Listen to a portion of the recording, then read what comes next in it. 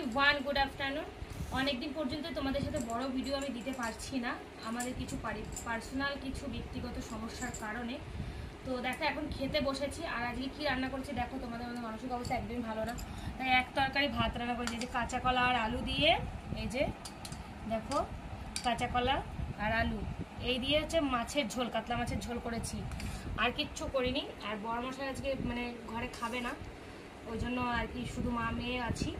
তো মাছের ঝোল আর ভাত খাবো। আর আমি মাছের লেজা বরাবরই সবসময় পছন্দ করি, তাই কিন্তু এই যে দেখো কাতলা মাছের লেজাটা আমি নিয়ে নিয়েছি, আর আমার মেয়ে এই যে মাছের মাথাটা খাবে, কারণ ও মাথা খেতে ভীষণ পছন্দ করে, তার জন্য ওকে মাছের মাথাটা দেবো। ওকে দিয়ে দিয়েছি, ওকে ঝোল আলু দিয়ে দিয়েছি, মাছের ভাতটা মেখে নিই তারপর দেবো। তো তোমাদের কার কার মাছের লেজা পছন্দ তো কমেন্ট করো। আর একদমই সময় নেই, ভীষণ তাড়াহুড়োর মধ্যে রয়েছি, তার জন্য ভিডিওটা শর্টকাটে ছাড়লাম। দেখা হচ্ছে, ভিডিও দেখতে